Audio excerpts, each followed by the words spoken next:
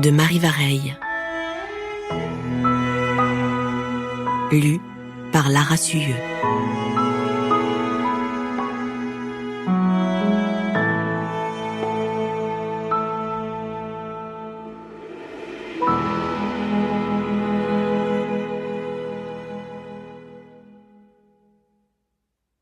À ma Manon et ma Scarlett, les deux soleils de ma planète. À mes grands-parents. Tu seras un homme, mon fils. Rudyard Kipling, 1895. Toi, ma fille, tu seras Rome. Solange Dubreuil, 1952. Don't you know that Rome wasn't built in a day? Morkeba, 2000. Célestine. Je vais commencer, ma biquette, par te dire ceci. Le jour de la mort de Solange, ce jour où je suis devenue une meurtrière, j'ai cessé d'aimer les Mirabel. Pourtant, avant cette nuit terrible, durant laquelle la Grange Bleue a brûlé, et où Solange est morte, aucune saveur n'égalait celle des Mirabelles chauffées au soleil que je ramassais dans le verger des Bélangers. Celle que maman glissait dans la poche de mon tablier en cachette. Celle que je partageais avec Solange, sa joue tiède contre la mienne, au bord de la rivière. Et puis, après l'incendie, j'ai commencé à avoir la nausée, à la simple idée de devoir lécher la cuillère en bois en préparant mes confitures. Toutes les années qui ont suivi, j'ai posé avec appréhension la marmite de cuivre de ma mère sur le réchaud du garage de la maison du bas. L'odeur douceâtre du sucre me soulevait le cœur. Après la mise en pot, la stérilisation et l'étiquetage, je lavais mes vêtements, mon corps et mes mains des dizaines de fois, frottant au savon de Marseille à l'aide d'une pierre ponce et d'une brosse à ongles, ce que j'imaginais être des minuscules particules de prune incrustées dans ma chair. L'odeur me colonisait le nez pendant des jours. Un matin, il y a des années de cela, où tu m'as surprise, biquette, à passer le sol du garage à l'eau de Javel, étonnée, tu m'as demandé pourquoi. J'aurais dû te répondre alors, c'est à cause de la mort de Solange et du sang que mon crime m'a laissé sur les mains. Mais ce jour-là, comme toutes les fois où j'ai envisagé de te parler de Solange, j'ai menti. Je m'interroge parfois sur le nombre de menteurs doublés d'assassins qui, comme moi, ont vécu impunis une vie paisible, sans jamais être soupçonnés. Avant de me juger, je voudrais que tu saches que je n'ai pas toujours été une criminelle. J'ai même été, il y a très longtemps, une petite fille comme les autres. Une petite fille de la campagne, née dans un monde qui n'existe plus. Je vivais dehors, je sortais par la fenêtre, je dormais avec les vaches dans la grange, qui n'était pas encore bleue, puisque nous étions alors dans le 1er siècle, avant Solange. Je courais après les grives, pieds nus et sales dans les champs. Je relevais mes jupes pour sentir les herbes folles fouetter mes mollets. J'inspirais à grandes goulées l'horizon azur et les premiers rayons du soleil. C'était l'enfance et la liberté. C'était la joie. Personne ne m'avait prévenu que tout cela s'évaporerait un jour dans le grand ciel changeant du temps qui passe. Aujourd'hui, alors que je suis la vieille dame aimable de la chambre 145 à l'EHPAD des Lilas, personne n'imaginerait que j'ai pu assassiner un être humain de sang-froid. Mais il faut commencer par le commencement. Et le commencement, c'est Solange. Les années ont passé depuis Solange. Tant d'années que même moi, qui ai appris à évaluer le temps qui s'écoule en années avant et après Solange, je ne sais plus précisément combien. Je sais, en revanche, qu'aujourd'hui, j'ai 107 ans. On me l'a dit au déjeuner, avant de me faire souffler une bougie sur un marbré au chocolat industriel. 107 ans. C'est autant d'années qu'il aura fallu pour construire Notre-Dame. J'ai traversé le siècle, comme on traverse un océan, et je suis arrivée en terre étrangère. Solange, Solange,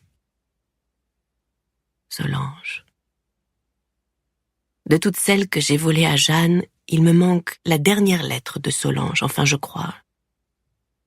J'ai trouvé une enveloppe vide sur laquelle elle avait écrit « Jeannette » de son écriture nerveuse et irrégulière. Le soir de l'incendie, Jeannette. Une enveloppe vide, dont je n'ai jamais su si la lettre qu'elle contenait avait disparu, mais si ce n'est pas moi qui l'ai dérobée comme toutes les autres, alors qui? Si Solange n'avait pas eu le temps de la rédiger, ou si elle y avait finalement renoncé, les heures de ma vie dilapidées à faire des conjectures sur cette enveloppe vide se comptent par centaines. Il est évident que je vais bientôt mourir. Personne n'ose l'évoquer. Tout le monde le sait. Tous les soirs, je m'endors en ignorant si je me réveillerai. Je n'aime pas l'idée que la vérité soit enterrée avec moi. Lis-moi jusqu'au bout, et tu comprendras pourquoi, ma biquette, c'est à toi que j'ai décidé de me confier au sujet de Solange et de la nuit où le feu s'est déclenché. Et surtout, n'oublie pas, quoi que te raconte Jeanne, même si elle a toujours eu des doutes au sujet de l'incendie de la Grange Bleue, qui n'en a pas eu, elle ne sait rien. La vérité sur cette nuit du 16 août 1952, cette nuit où Solange est morte et où j'ai cessé d'aimer les Mirabel, il n'y a que moi qui la connais. Célestine. Telle est la vie des hommes. Quelques joies, très vite effacées par d'inoubliables chagrins. Il n'est pas nécessaire de le dire aux enfants. Marcel Pagnol. Célestine. Comme tu le sais, ma biquette, je suis née Célestine Marie-Jacques Marthe Moreau, avant de devenir une Bélanger. Je suis venue au monde un mois glacial de janvier 1917, au 12 rue de la Liberté, dans une ferme du village de Sarignac, pile à la frontière entre la Corrèze et la Dordogne, à quelques kilomètres de Terrasson, la Ville-Dieu. De maman, Marguerite Moreau, devenue Dubreuil à son second mariage, j'ai hérité une tache de naissance, formant une étoile sur ma cheville gauche. De mon père, Jean Moreau, je n'ai qu'une photo en noir et blanc, au bord dentelé, prise par l'armée en 1917. Il s'y tient droit dans son uniforme à boutons dorés, orné de la croix de guerre. Il espérait tant un garçon que maman, le sachant mobilisé dans la baie de Somme, a mis plus d'1 mois à lui écrire pour lui annoncer ma naissance. Elle avait peur que cette mauvaise nouvelle n'entame son moral, facteur primordial de survie pour un soldat au front. Il est mort au chemin des Dames le printemps suivant, sans avoir répondu à sa lettre. Nous n'avons jamais su s'il l'avait reçue, et si j'étais la mauvaise nouvelle indirectement responsable de sa disparition, ou s'il ignorait mon existence. Dans le doute, je me considère innocente de cette mort-là. Ce que je sais, c'est que mon père, avec son regard placide et sa moustache épaisse faisant l'effet, dans son visage rond et enfantin, d'un pastiche de carnaval, est mort en héros. Mes parents avaient fait ce qu'on appelait à l'époque un mariage d'amour, par opposition au mariage tout court, où l'amour n'était souvent qu'accessoire. Mes grands-parents maternels possédaient quelques terres et une petite ferme. Même si celle-ci était plutôt prospère, ma mère, Marguerite, restait aux yeux de sa belle famille de florissants vignerons de Bordeaux, une fille de paysan. Pour épouser maman, un samedi de mars 1914, mon père, ce grand fou romantique, a renoncé à ses études, à sa famille, horrifié par cette mésalliance, et à son héritage. Il est venu s'installer chez ses beaux-parents, avec pour toute possession sa luxueuse valise en cuir de vachette, gravée à ses initiales, remplie de ses vêtements de bourgeois soigneusement repassés par la bonne avant son départ. La ferme de mes grands-parents se trouvait au pied de la colline de Sarignac. À l'époque, nous ne l'appelions pas encore la maison du bas. Cette jeune femme, à la grâce de ballerine que ma mère était à 20 ans, accrochée au bras de mon père sur la photo sépia de leur mariage, tournant vers son époux plutôt que vers le photographe, son sourire tout flamboyant du triomphe de leur amour. Je ne l'ai jamais rencontrée. Je n'ai connu maman qu'après que la vie s'est chargée de la dépouiller de toute forme d'insouciance et de légèreté. Mon père a été mobilisé le 1er août 1914, aussi leur bonheur a-t-il été de courte durée. 5 mois et une seule permission, sans laquelle je ne serais pas là aujourd'hui. Maman a reçu par la poste à la fin de la guerre la Légion d'honneur de son mari, célébrant sa bravoure à titre posthume, accompagnée d'un courrier officiel des autorités militaires. Sans doute son cœur était-il brisé, mais elle a continué à vivre sans jamais se plaindre, car rien ne pouvait l'ébranler. Rien. Jusqu'à Solange. Ma grand-mère était morte de la tuberculose en 1912 et après que la guerre a emporté son mari et son père, maman n'a plus eu que moi pour famille. Pendant les 4 ans qu'a duré le conflit, elle a pris en charge le labour, les récoltes et les soins du bétail dans l'exploitation familiale. C'est elle qui a proposé à ses voisins et ses connaissances des alentours de se regrouper pour l'achat des semences et des outils, elle qui a organisé des journées de travail collectif pour maintenir la production agricole malgré l'absence de la plupart des hommes. Elle est donc à l'origine de la création de la coopérative agricole de Sarignac, qui existe encore aujourd'hui. Je l'écris ici, ma biquette, pour que ce soit écrit quelque part, puisque tout le monde semble l'avoir oublié. J'ai vécu mes premières années principalement entourée de femmes et d'enfants. Les hommes, mobilisés en masse, étaient tous morts à la guerre, ou presque, et ceux qui étaient revenus avaient laissé un bout de leur âme au fond des tranchées boueuses. Note que cela ne les a pas empêchés, dès leur retour, de prendre la direction de la coopérative et de renvoyer les femmes du village à leur juste place, à savoir, selon eux, dans la cuisine. Au cours de l'année 1919, maman, toute jeune veuve de guerre, a épousé son voisin, Alphonse Dubreuil, le propriétaire de la ferme, au sommet de la butte. Ils mettaient ainsi en commun leurs terres et possédaient désormais une belle partie du versant nord de la colline de Sarignac.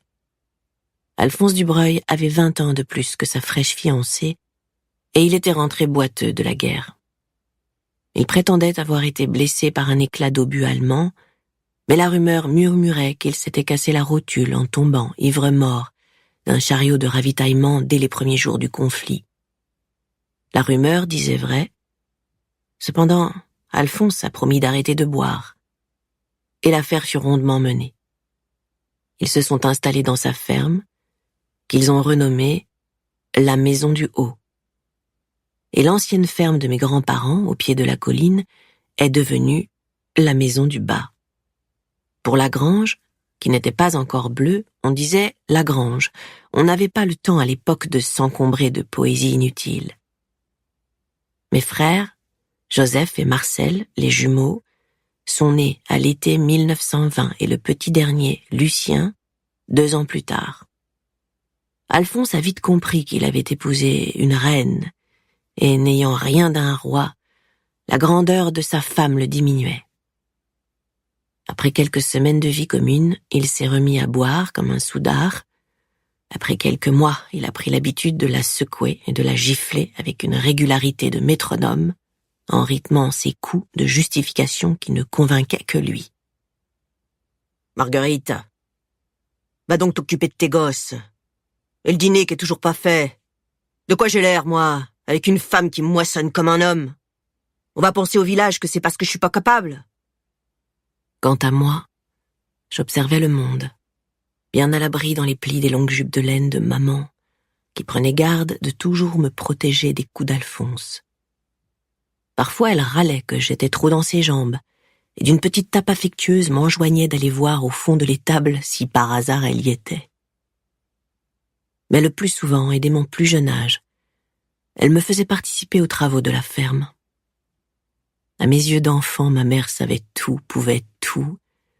Elle parlait aux bêtes, accouchait les vaches, et sortait le fumier. Sous ses mains de fée poussaient les fraises et les salades. Elle faisait se volatiliser les taches et les trous sur nos vêtements, s'envoler les chagrins d'enfants et les croûtes sur les genoux. Elle m'expliquait le cycle des saisons, le blé, l'orge, les choses qui ont de la valeur, le travail, la terre et les enfants, parce qu'ils sont l'avenir. Et celles qui n'en ont pas, tout le reste. J'étais avide des marques de tendresse qu'elle laissait parfois s'échapper, presque malgré elle. Un baiser sur le front, une mirabelle ou un bâton de réglisse glissé dans la poche de mon tablier. Elle m'a appris le travail agricole comme on prêche une religion, comme le père de Mozart a enseigné la musique à ses enfants. Depuis le berceau, sans relâche, et avec le respect et la passion calme de ceux qui ont une foi absolue en quelque chose de plus grand qu'eux. Dès que j'ai su marcher, elle m'envoyait ramasser les œufs encore tièdes dans le poulailler, me faisait poser mes mains sur les siennes pendant qu'elle trayait les vaches, et me montrait les bourgeons qui bientôt se transformeraient en fleurs, puis en fruits. Ce miracle de la nature perpétuellement renouvelé et qui constituait pour elle la preuve irréfutable de l'existence de Dieu. À 5 ans, ma biquette, bien loin de penser que je serais un jour une meurtrière, je savais qu'il fallait planter l'ail et l'oignon près des laitues pour éviter les invasions de pucerons. À 7 ans, je l'aidais à mélanger le sulfate de cuivre et la chaux pour préparer la bouillie bordelaise qui protégerait les récoltes. À 8 ans, j'ai sauvé un champ entier de pommes de terre en repérant avant tout le monde les taches jaune pâle de mildiou qui commençaient à apparaître sur les feuilles. Je fixais chacun de ces gestes et les répétais avec la même rigueur académique dont j'ai fait preuve par la suite pour décrocher mon certificat d'études. Pas tant parce que j'avais la passion de la terre, ce n'était pas le cas, mais parce que maman révérait sa ferme. Et moi, je vénérais maman. Elle était une reine, sans couronne, ni grande éducation, aux ongles noirs et cassés, qu'elle brossait soigneusement tous les dimanches avant d'aller à la messe, et aux jupons tachés de boue et de fientes de poulet, mais une reine quand même, dévouée tout entière à son unique royaume, sa ferme. Elle vendait le fruit de son travail sur le marché dominical de Terrasson et prononçait les mots « ma terre ». Avec la déférence qu'on utilise pour parler des puissants ou des dieux qui arbitrent nos destins. Tout ce qui l'empêchait de se consacrer pleinement à son exploitation lui pesait.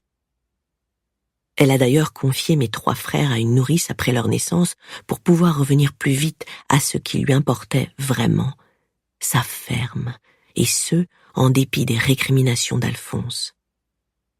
Les insultes de son mari semblaient glisser sur elle, comme les anguilles de la Vézère entre mes mains d'enfant.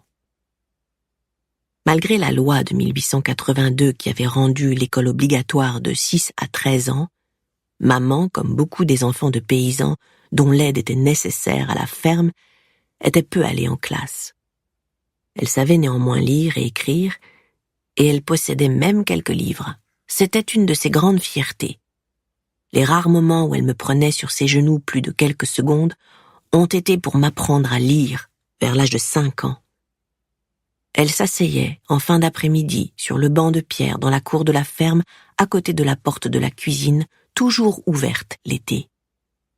Elle essuyait ses mains sur son tablier et dépliait l'agriculture nouvelle que le facteur nous livrait tous les samedis. Alors, je courais, ravie, me blottir contre elle. Elle me faisait déchiffrer les lettres, les syllabes, les mots, puis des phrases entières dans les titres, ou les réclames qui vantaient les mérites d'une nouvelle écrémeuse ou d'une baratte double vitesse en chaîne extra sec. Elle pointait les mots de son index avec patience. Quand je m'agaçais de ne pas y arriver et butais sur un mot ou le sens d'une phrase trop complexe, elle haussait les épaules et me répondait « Tu es trop impatiente, Célestine. Rome ne s'est pas faite en un jour. » Elle me répétait constamment ce proverbe. Ma Biquette. Je ne l'ai jamais oublié. À 6 ans, il a fallu que j'aille à l'école. Je ne connaissais alors de l'enseignement que les cours de catéchisme donnés par le jeune prêtre de Sarignac, le père Cazot, qui, peut-être parce qu'il sentait toujours très fort l'oignon, m'inspirait une méfiance profonde. L'idée de la quitter me désespérait. Elle était tout mon univers et pour une fois, Alphonse était de mon côté. Je serais bien plus utile à la ferme ou à m'occuper de mes frères. Les jumeaux avaient alors 3 ans et Lucien 1 an, que sur les bancs de l'école à me déformer le cerveau avec des savoirs inutiles ou à me tourner les pouces. « Tu es la plus intelligente de la famille », a rétorqué maman. « Et tu n'es pas faite pour être une paysanne comme nous. » Elle a été inflexible. J'irais à l'école. C'était la loi, et on respectait la loi. Mon beau-père a fini par céder, maman m'a taillé un nouveau tablier dans une de ses vieilles jupes de coton, et j'ai pris à regret le chemin de l'école communale mixte de Sarignac.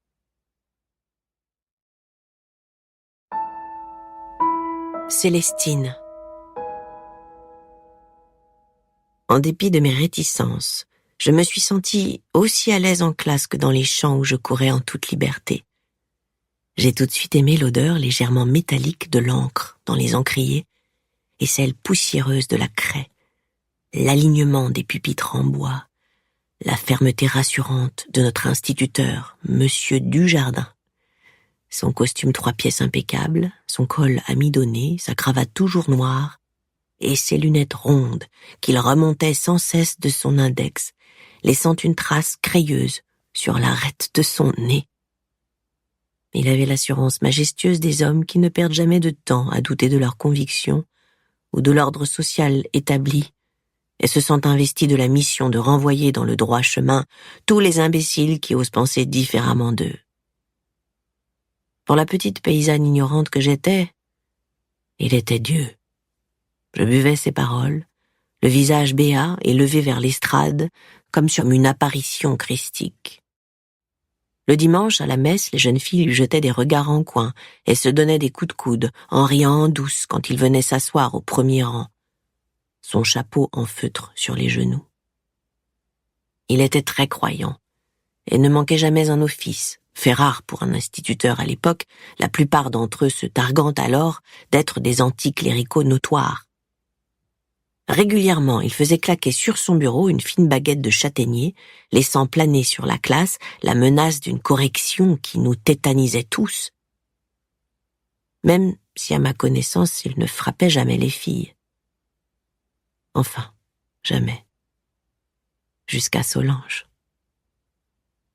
Je m'appliquais autant que je pouvais pour être sa meilleure élève et voir le visage de ma mère s'éclairer quand elle tournait les pages de mes cahiers à carreaux aux marges fleuries d'excellentes notes. À l'époque, dans un village aussi petit que Sarignac, les cours préparatoires et élémentaires étaient mélangés dans une seule et même salle de classe.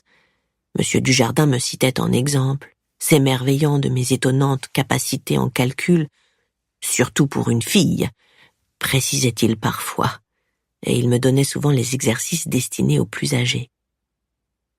Très vite, j'ai connu par cœur les départements et l'histoire de France. Comme toi, ma Biquette, j'ai toujours aimé apprendre et j'aurais pu passer ma vie sur les bancs d'une université.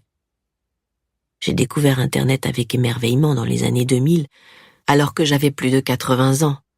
Et même aujourd'hui, tandis que lentement mes mains usées s'agitent sur le clavier de cette tablette, je vois que je continue d'apprendre, que doucement le rythme de mes doigts s'accélère. je me rends compte que mes facilités intellectuelles me venaient de maman. De Marguerite, on disait qu'elle était dégourdie, maligne, rusée ou futée. Intelligente, jamais. Pourtant, toutes les grandes décisions qu'Alphonse a prises et qui ont permis l'enrichissement de notre famille au fil des années, convaincre la coopérative agricole d'investir dans une batteuse mécanique, adopter la rotation et la diversification des cultures, ouvrir une épicerie au village, absolument toutes ces idées sont venues de maman. Et pour chacune, elle devait travailler à convaincre son mari pendant de longues semaines, guettant ces fugitifs moments de sobriété au risque de prendre des gifles avant qu'il ne se décide à les proposer à la coopérative en les faisant passer pour siennes. Ce qu'il finissait d'ailleurs lui-même par croire. Une fois, alors que maman plaidait pour l'achat d'engrais chimiques en affirmant qu'ils étaient l'avenir de l'agriculture et qu'Alphonse lui intimait de se taire, elle a fini par lui rétorquer « C'est pas du possible d'être si buté. Vivement que vous repartiez tous au front. » Et il lui a asséné en guise de réponse un coup au visage tellement fort qu'elle s'est effondrée. Le nez en sang. Elle est restée un instant au sol, son éternel chignon tressé défait par la violence du choc, et j'ai aperçu quelques fils argentés dans ses longs cheveux noirs. Je me souviens de ma surprise à l'idée que le temps puisse avoir prise sur elle. L'éventualité qu'elle ne soit qu'une simple mortelle ne m'avait jamais jusque-là effleurée. Elle s'est relevée et est sortie dans la cour, mâchoire serrée et tête haute. Mes frères et moi n'avons pas bougé. Alphonse a bu une longue gorgée directement au goulot de la bouteille de vin rouge, a ouvert son opinel pour couper son pain qu'il a trempé dans sa soupe. Je vois encore la miette demi-imbibée, prisonnière des poils de sa barbe qu'il a essuyée du revers de sa manche, et je peux encore ressentir le dégoût que ce geste m'a inspiré. Je pensais, avec colère, à mon vrai père, ce grand héros qui n'aurait jamais traité ma mère de la sorte. Alphonse a surpris mon regard et a donné un grand coup de poing sur la table. « Qu'est-ce que tu attends pour débarrasser Célestine ?» Je me suis précipitée pour rincer la vaisselle dans l'évier de pierre, tête baissée, non sans avoir d'abord envoyé les jumeaux et Lucien se coucher d'un discret signe du menton afin de les protéger d'un nouvel accès de rage. Quand j'ai eu terminé de nettoyer la cuisine, je suis sortie dans la cour, sous prétexte d'aller chercher de l'eau au puits. Maman était assise sur le banc de pierre, face au soleil couchant, qui se diluait en zébrures orangées dans le ciel. Elle tenait serré dans son poing le large mouchoir à carreaux, toujours fourré dans la poche de son tablier, désormais imbibé de sang. Alphonse lui avait cassé le nez. Il resterait par la suite toujours un peu déformé, et souvent Alphonse se moquerait d'elle et de son nez bossu de sorcière. Je me suis assise à côté d'elle et lui ai pris la main. Je me sentais gauche et ne savais pas quoi dire. Non pas qu'Alphonse soit le seul mari à corriger sa femme, mais la fréquence et l'imprévisibilité de sa violence me terrifiaient. Après un silence, à voix basse, je l'ai interrogée. « Maman, pourquoi as-tu épousé Alphonse ?» Elle a répondu, sur le ton de l'évidence, comme si je lui avais demandé pourquoi la pluie mouillait. « C'était le voisin. Ça nous faisait une exploitation de 20 hectares à nous deux, c'est presque autant que les Bélangers. Et puis, je récupérais l'accès au chemin communal pour emmener les vaches à la rivière. C'était une très bonne alliance pour moi. Il boit tellement. À l'époque, il ne buvait pas autant, et il avait promis d'arrêter. Mais il avait 20 ans de plus que toi. Oh, ça m'allait bien qu'il soit plus vieux, tu sais, parce que... » Elle s'est interrompue et m'a considéré longuement, hésitant à m'avouer quelque chose. « Parce que quoi ?» ai-je insisté. « Eh bien, d'abord je me disais qu'il m'embêterait moins souvent pour faire la chose, Et je voulais pas me retrouver avec 14 marmots à élever comme la mère du ranch. Je suis devenue écarlate. Je vivais dans une ferme, je savais comment les animaux s'accouplaient. Je n'avais pour autant aucune envie d'imaginer maman et Alphonse ensemble. Elle s'est penchée à mon oreille et a poursuivi à voix basse. Et puis avec tout ce qu'il boit, il mourra bien avant moi. Et après, je serai libre. Et elle, qui ne riait presque jamais, à cette idée folle de la liberté, elle s'est mise à rire. C'était une femme austère qui ne croyait qu'au travail acharné, mais à la perspective de pouvoir un jour exploiter sa ferme comme elle l'entendrait, son visage s'est adouci et éclairé sous l'effet d'une joie authentique. Elle a contemplé avec satisfaction son potager, son champ qui s'étirait jusqu'au bas de la colline et les poules qui picoraient dans la cour sur le tas de fumier. Elle a murmuré, sans me regarder, si bien que je ne sais pas si elle s'adressait à moi ou se parlait à elle-même. Bientôt il sera plus là. Et moi, j'aurai ma ferme à moi. Tu verras. Elle a hoché la tête et répété à voix basse, avec la patiente certitude qu'ont les hommes et les femmes capables, comme toi, ma Biquette, d'imaginer un tout autre destin que celui que leur position sociale et les conventions ont tracé pour eux. Un jour, j'aurai ma ferme à moi. Puis elle a plongé son mouchoir dans l'eau du seau en métal rouillé à ses pieds, l'a essoré et a fait disparaître à l'eau claire le sang séché sur son visage, avant de se lever. Mais Rome ne s'est pas faite en un jour, et si on veut des œufs demain, il faut qu'on aille nourrir les poules.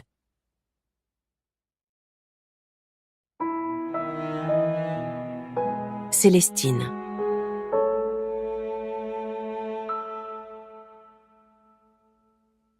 À la rentrée 1927, j'avais 10 ans.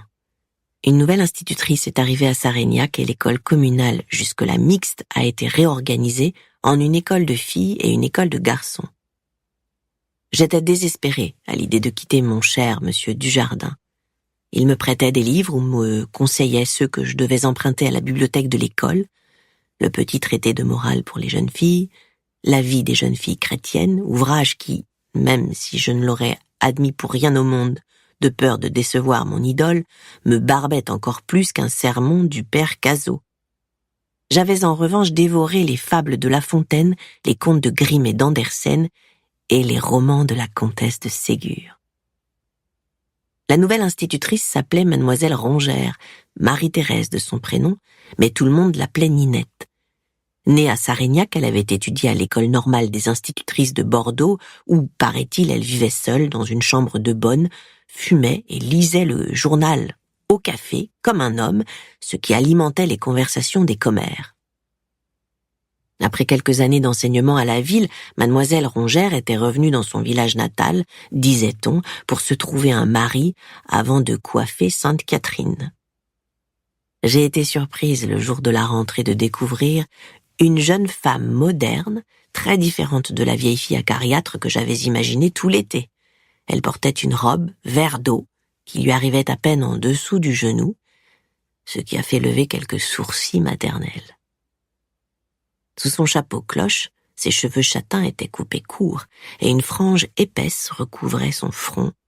Pour nous, petites paysannes de Sarignac, foudroyées par son élégance, elle avait l'aura d'une star de cinéma. La semaine suivant la rentrée, Louise et Adèle, deux amies si proches qu'on les croyait parfois sœurs, ont coupé leurs tresses pour imiter le style de Mademoiselle Rongère.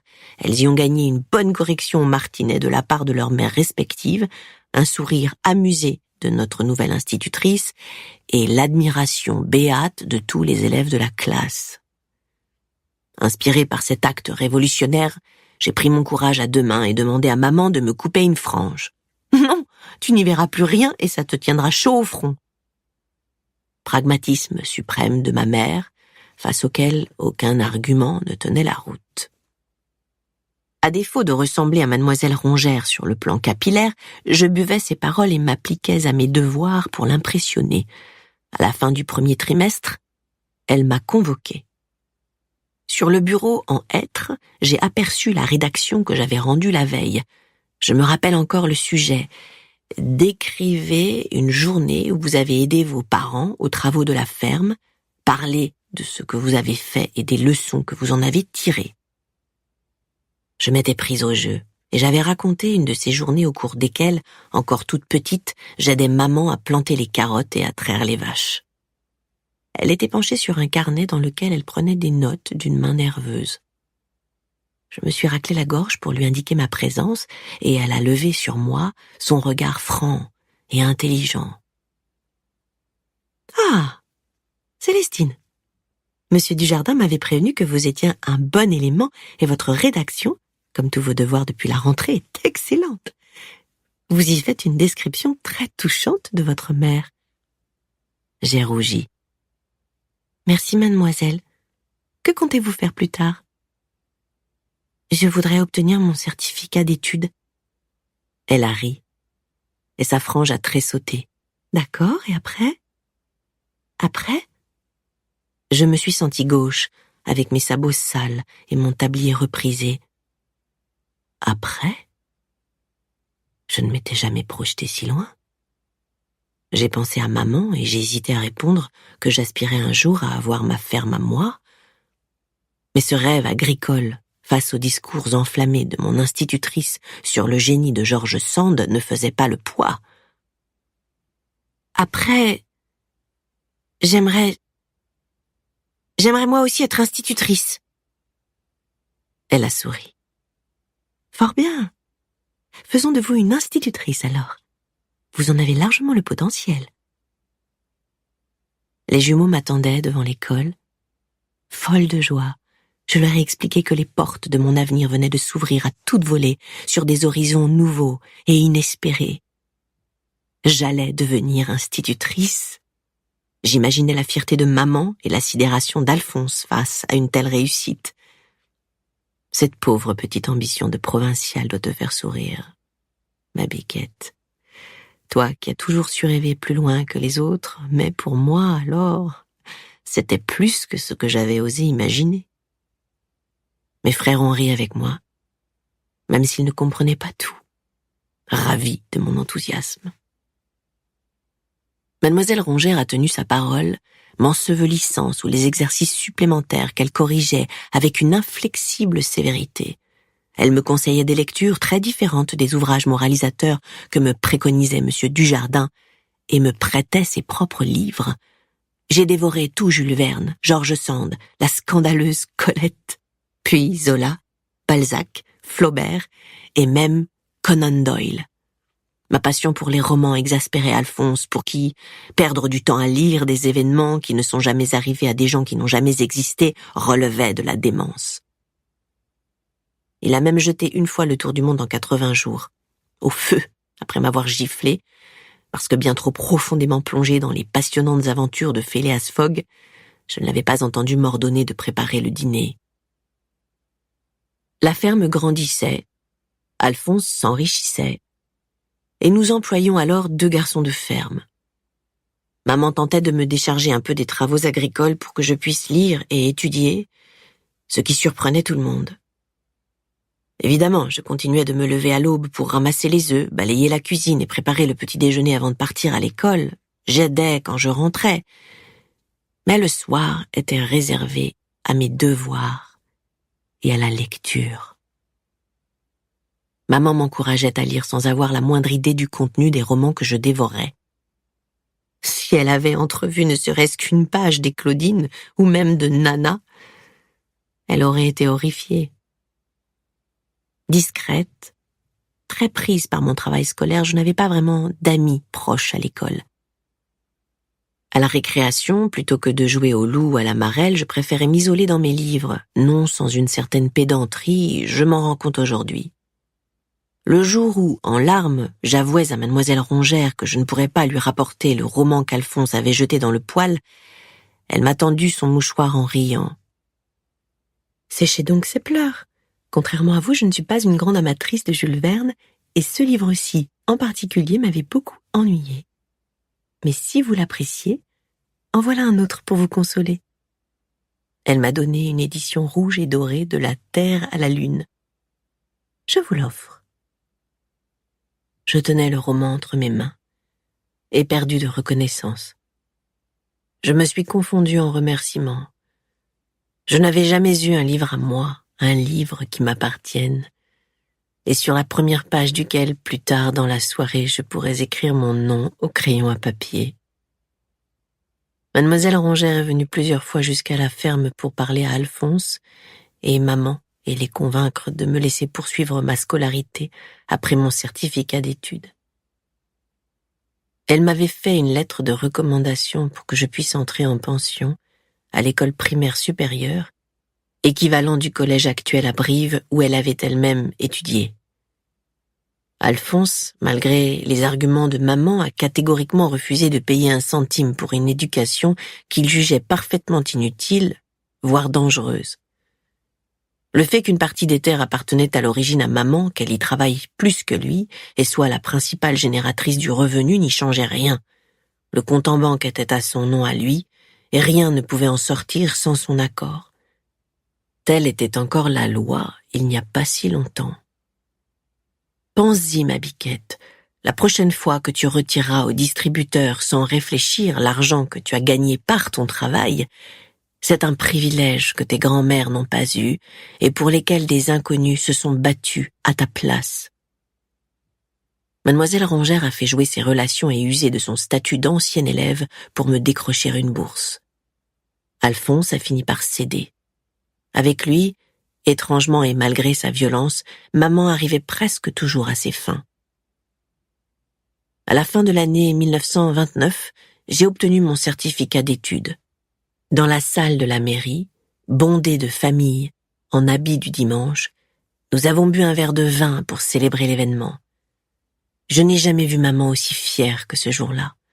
Je me souviens de ce soir de juin, de la moiteur étouffante dans la chambre que je partageais avec mes frères. J'avais rangé mon diplôme dans un tiroir. L'excitation de la journée me maintenait éveillée. Évidemment, j'étais impatiente de la suite comme le sont toujours les enfants qui ignorent qu'aucune suite n'aura jamais la même saveur que l'enfance. Mais j'avais 11 ans et je n'étais jamais allée plus loin que Terrasson. Ce que je n'osais avouer à personne, surtout pas à ma mère ou à mademoiselle Rongère, qui avait tant bataillé pour m'offrir un avenir que j'imaginais glorieux, c'était que l'idée de quitter mes champs, mes frères et maman me terrifiait.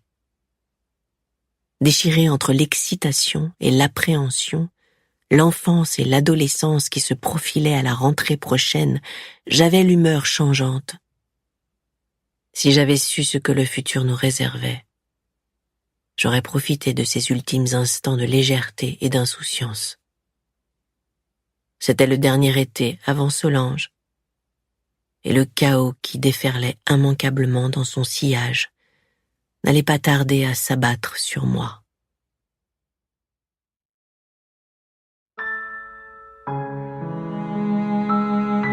Solange.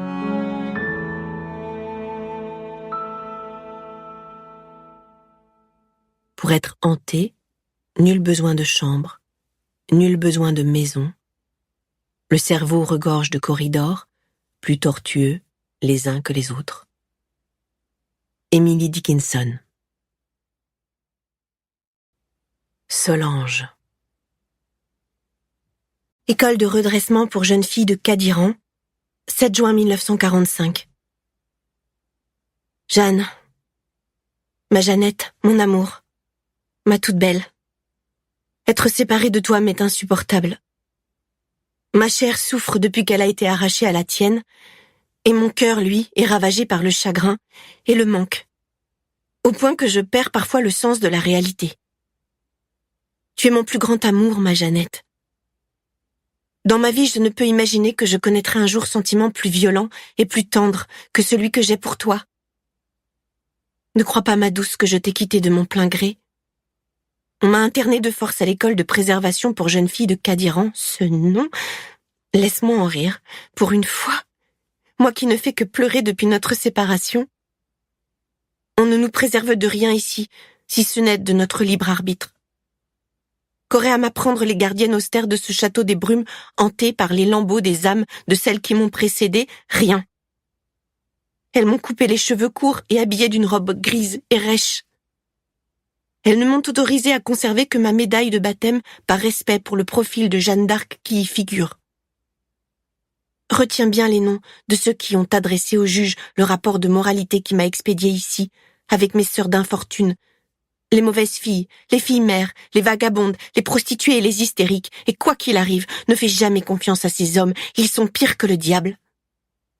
Il y a le père Cazot, qui empeste l'oignon frit et juge les péchés des autres lors de ses sermons du dimanche, mais me caressait les seins chaque fois qu'il m'accordait l'absolution. Il y a l'instituteur du jardin qui me battait pour mon insubordination, qui méprisait mes poèmes et m'appelait « sale petite souillon ». Il y a le docteur Pelletier venu exprès au procès pour faire de moi ce flatteur portrait, instable, voire vicieuse, roublarde et capricieuse. Impossible de lui faire reconnaître ni Dieu ni aucun maître. Manque affreusement de féminité, ne supporte aucune autorité, aucun sens de la décence ou de la moralité. Et puis, il y a la pire de tous. La Méduse, la cruelle, Médée devenue mortelle, Lucifer déguisé en femelle. Célestine. Surtout ne fais jamais confiance à Célestine, Jeannette. Elle ment. Elle est la pire de tous. Elle masque sa cruauté sous un faux manteau d'humanité. C'est elle qui nous a dénoncés. Jamais je n'oublierai l'expression de son visage quand elle nous a surpris ensemble. Son regard horrifié sur ma poitrine nue, là où tes lèvres étaient posées.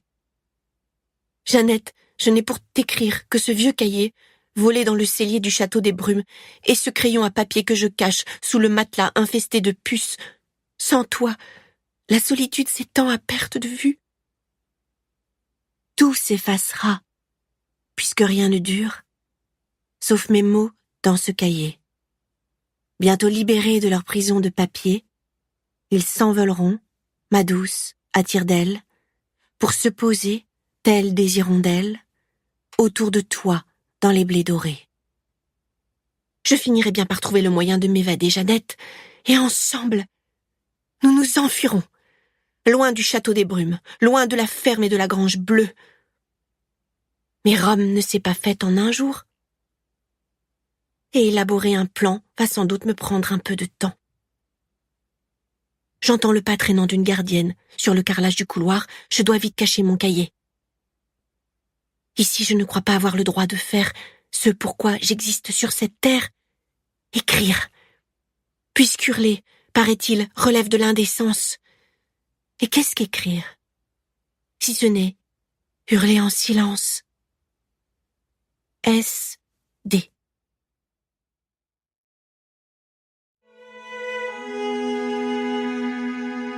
Célestine.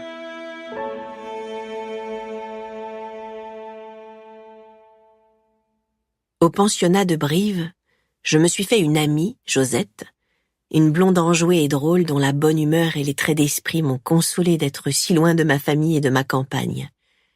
J'étudiais avec grand sérieux, afin que mademoiselle Rongère n'ait pas fourni tant d'efforts en vain. J'envisageais dans mes rêves les plus fous de devenir professeur de latin ou de grec et de m'installer à Paris. Je parlais de mes ambitions à Josette, qui me soutenait avec bienveillance. Elle venait d'une famille aisée et son intention était de trouver un mari, idéalement, dès la fin de son lycée. Elle était particulièrement attentive aux cours de couture ou d'entretien ménager, prenant des notes avec son beau porte-plume à réservoir dont toutes les filles de la classe enviaient la modernité. Pour ma part, j'avais décidé, comme mademoiselle Rongère, de gagner mon propre argent et de ne jamais me marier. Je n'en voyais pas l'intérêt, ma biquette, et l'idée de terminer avec un spécimen du genre d'Alphonse m'épouvantait. Je ne suis rentré chez moi qu'aux vacances de Noël 1929. J'ai trouvé mes frères grandis et Alphonse de bonne humeur. Maman, qui avait senti venir la crise, l'avait persuadé de diversifier leur production et d'investir dans l'élevage.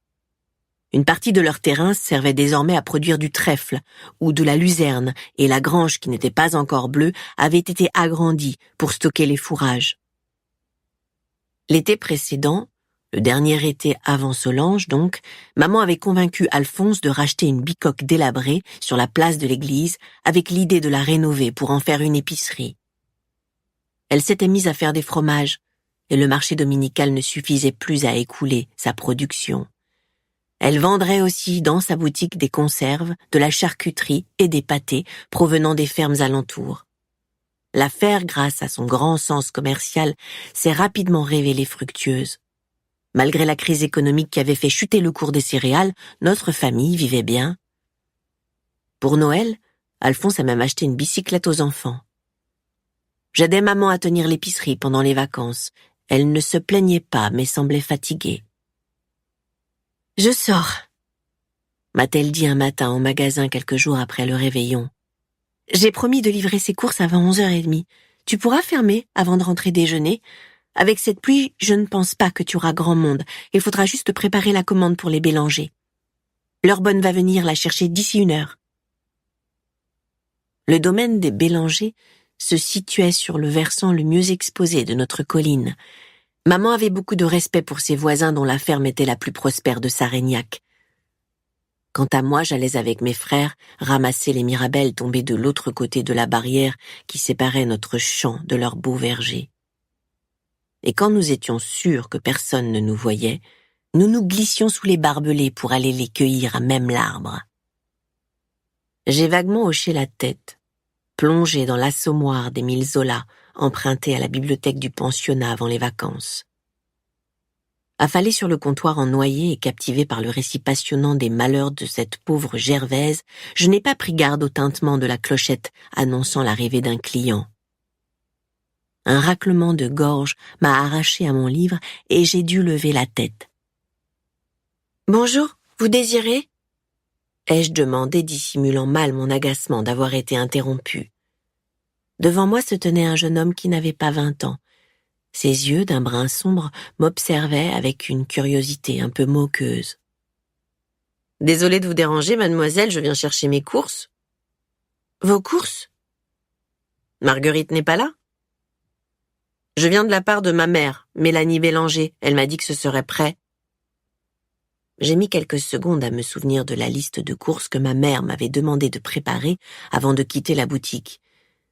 1 heure s'était-elle déjà écoulée ? « Idéalement, j'aimerais ne pas attendre 107 ans, » a-t-il ajouté. « Mais je vous reconnais. C'est vous qui venez voler nos mirabelles dans le verger de mon père. J'imagine que vous êtes la fille aînée de Marguerite. »« Et j'imagine que vous êtes la bonne des Bélanger ?» ai-je interrogé l'air innocent en retournant l'assommoir sur le comptoir, afin de ne pas perdre ma page.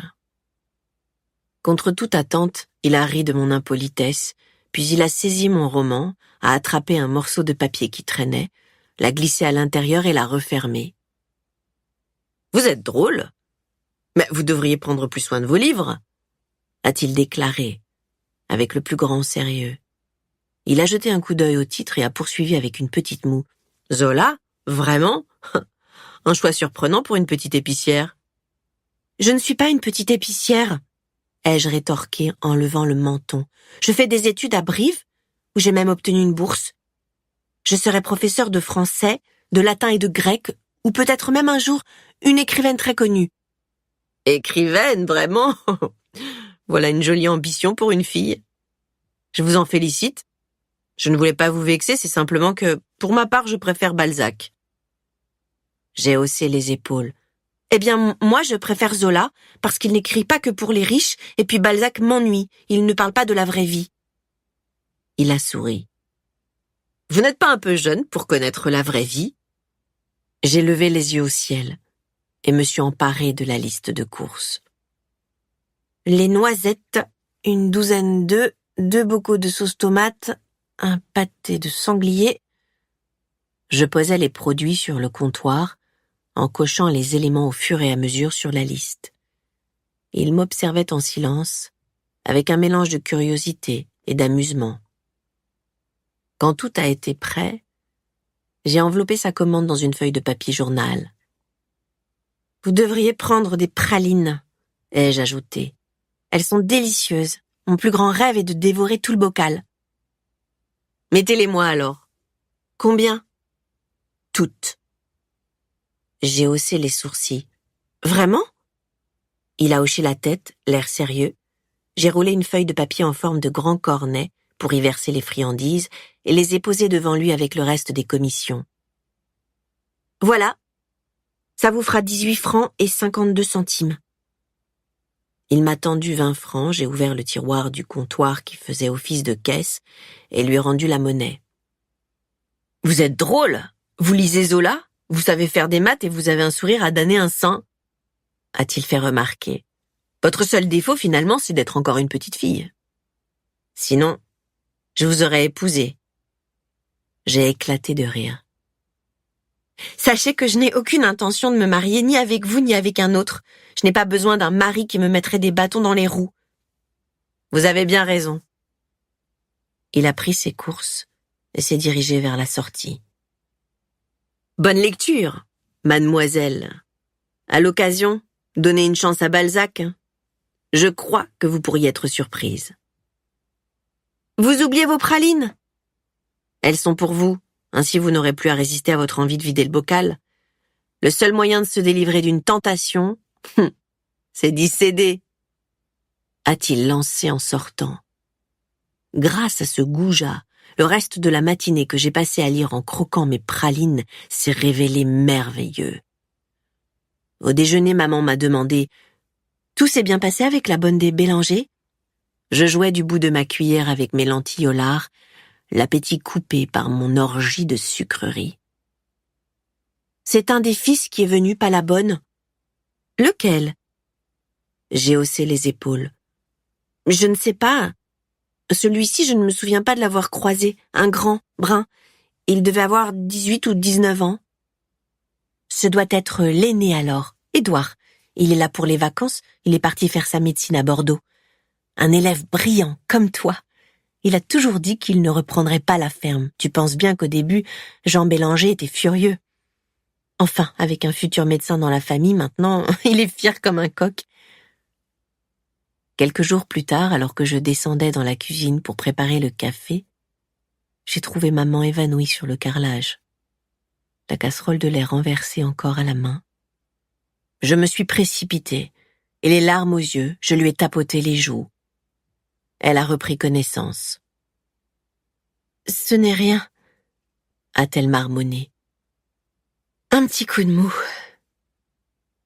Elle a refusé mon aide pour se relever et a aussitôt entrepris de nettoyer le lait sur le sol. « Arrête, je vais m'en occuper, » ai-je protesté. Je l'ai forcée à aller s'étendre dans sa chambre et à ma grande surprise, elle a accepté, ce qui a redoublé mon inquiétude. J'ai envoyé Lucien chercher le médecin, à bicyclette. Quand le docteur Pelletier est arrivé, maman râlait. « Je suis en pleine forme, arrête donc de faire cette tête d'enterrement, Célestine !» Le médecin a ouvert sa vieille sacoche, en a sorti un stéthoscope et a entrepris de l'ausculter. C'est avec un soulagement infini que je l'ai entendu annoncer avec un bon sourire. « Tu es enceinte, Marguerite.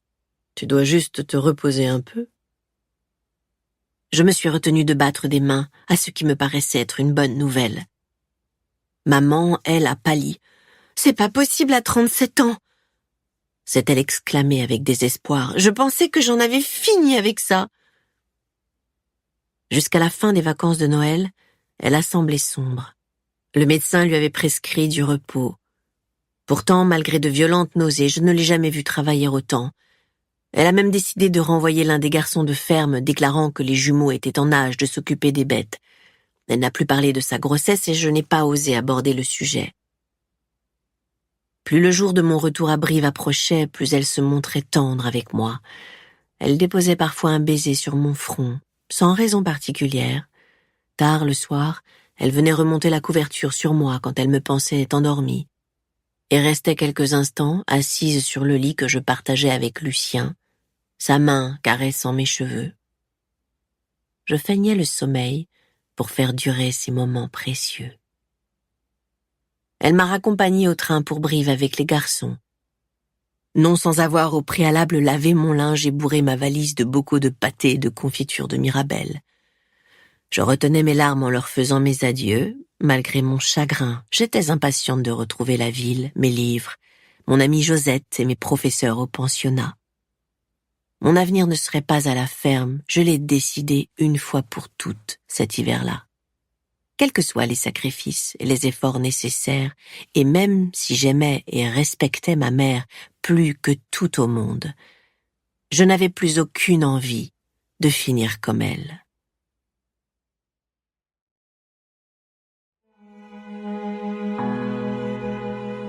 Solange. École de redressement pour jeunes filles de Cadiran, 24 septembre 1945. Jeanne. Ma Jeannette. L'automne est revenu. Je ne verrai pas cette année les fougères se teinter d'ocre, ni le lit de feuilles dorées des platanes tapisser le chemin qui mène à la grange bleue. Les jours sont mornes et se répètent, et le bain d'acide où me plonge ton absence me ronge peu à peu le corps et l'esprit, d'autant plus que je suis très souvent punie par les gardiennes chauves-souris. Le mois dernier, j'étais préposée à la lingerie. J'ai volé un drap et 3 têtes d'oreiller, et j'ai écrit dessus à l'encre noire un fort long poème qui t'était destiné. Les sœurs ont poussé des cris d'orfraie.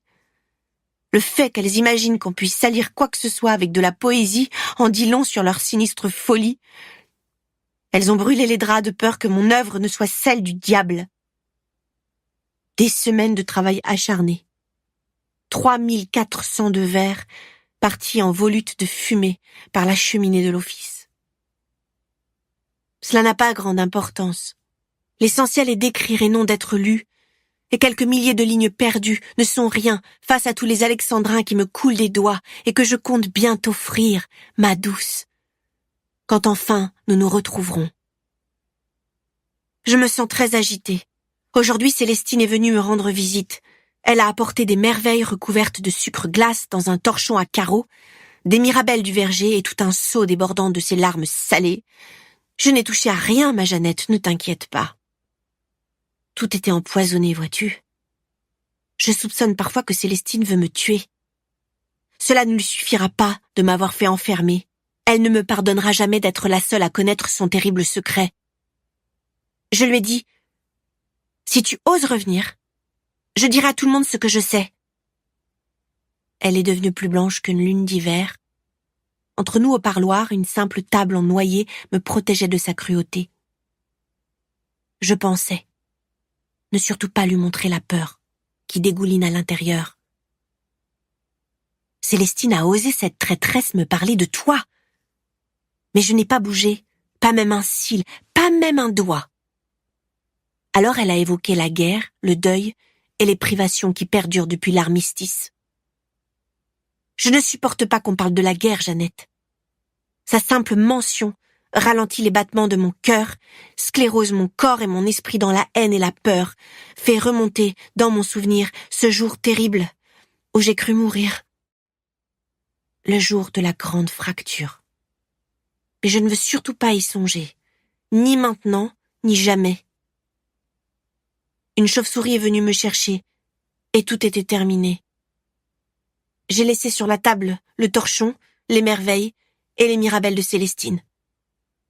Revenue dans ma cellule, je me suis rendu compte que j'avais par mégarde emporté avec moi tout son chagrin. J'en avais plein les poches de ma blouse grise, jusque dans la brassière qui gratte, et ma culotte sale sous mes ongles, dans ma bouche, coincée entre chacune de mes dents et incrustée dans chaque pore de ma peau. Je me suis frottée jusqu'au sang au lavabo avec le gant de crin. Je n'ai pas réussi à tout enlever. S.D.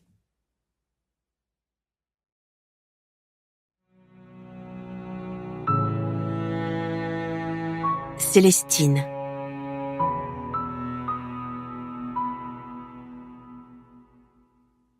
Solange a fait irruption dans ma vie l'été de mes 13 ans. Elle était de ces êtres qui font basculer le monde. Son arrivée a sonné le glas de mon enfance, et c'est sans doute la raison, ma biquette, pour laquelle je retarde le moment de te parler d'elle. Je suis revenue de pension fin juin 1930 pour les grandes vacances. Quelque temps après Pâques, j'avais eu mes premières règles et ma poitrine tendait désormais le coton de ma chemise d'uniforme, tandis que mes hanches se dessinaient sous la jupe plissée. J'avais fini l'année première de ma classe et maman, qui avait d'ordinaire la fierté sobre, a répandu l'information dans tout le village. Elle semblait fatiguée par la fin de sa grossesse. Les nausées qui habituellement s'estompent après le premier trimestre ne l'avaient jamais quittée. Elle avait maigri à force de vomir, et à voir son ventre à peine arrondi, on aurait pu croire qu'elle était enceinte de 4 mois et non de 8. Alphonse paraissait prendre un malin plaisir à m'assommer de travail.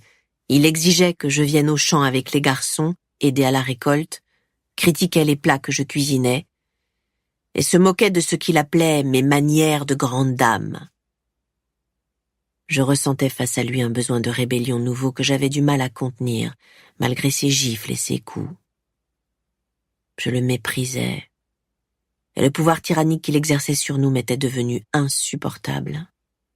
Pour l'énerver, je refusais d'utiliser le patois et m'appliquais à parler avec les mêmes intonations que Josette.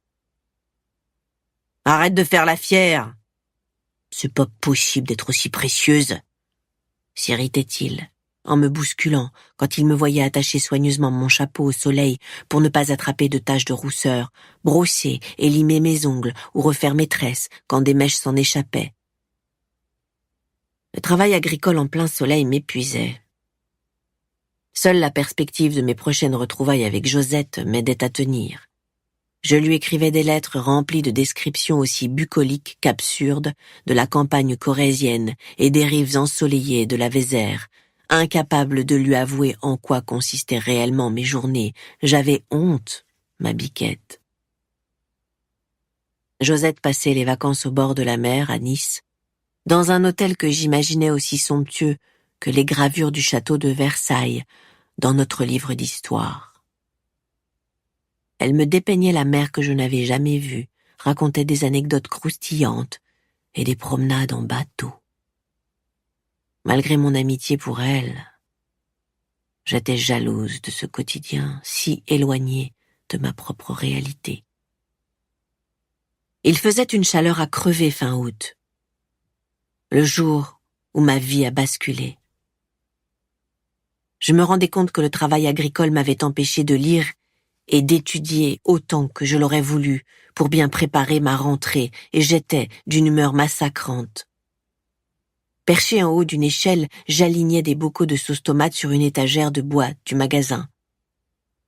Maman, à presque 9 mois de grossesse, avait décidé de faire l'inventaire. Les bras en l'air, j'ai constaté avec irritation que 2 auréoles de sueur s'étaient formées au niveau des aisselles sur ma robe d'été. À l'idée que je pourrais être en train de me baigner dans l'eau fraîche de la rivière ou de lire à l'ombre d'un chêne, j'ai poussé un soupir de frustration. Depuis la chaise où, prise de contraction, elle avait accepté de s'asseoir pour répertorier les stocks sur son grand cahier, maman a levé la tête. « Qu'y a-t-il, Célestine ?»« J'en ai assez !» me suis-je emportée. « J'ai trimé tout l'été, je n'ai même pas pu faire toutes mes lectures pour la rentrée. Et pendant ce temps-là, mes amis se prélassent sur la plage, mangent de la glace et prennent de l'avance sur les cours, c'est tellement injuste. » Maman a semblé brièvement médusée par cette sortie. Puis elle a froncé les sourcils. « Eh bien, si j'avais su que le collège ferait de toi une feignante, je ne t'aurais pas laissé y aller. » J'ai posé d'un geste rageur le dernier bocal sur l'étagère et suis redescendue fulminante de l'échelle. « Feignante ? Crois-tu que ce soit facile de finir première de sa classe, dans un pensionnat où la moitié des élèves n'ont fait que lire et étudier depuis des années ? Parfois même avec des précepteurs particuliers, tandis que moi je gardais les vaches. Si j'étais paresseuse, est-ce que la directrice aurait dit que j'avais les plus hautes capacités de toute ma promotion ? Je ne suis pas paresseuse, mais je ne veux pas charrier du fumier toute ma vie, le dos courbé, les ongles sales, et pondre des enfants tous les ans, esclave d'une terre ingrate et d'un mari inculte. Voilà, je ne veux pas finir comme toi !» À peine les mots s'étaient-ils échappés de ma bouche que je les ai regrettés. J'ai senti mon corps se tendre, prêt à enquêter. Pour continuer à écouter ce livre audio gratuitement, cliquez sur le lien dans la description et vous pourrez l'écouter en entier sans frais. grâce à l'essai de 30 jours d'Audible.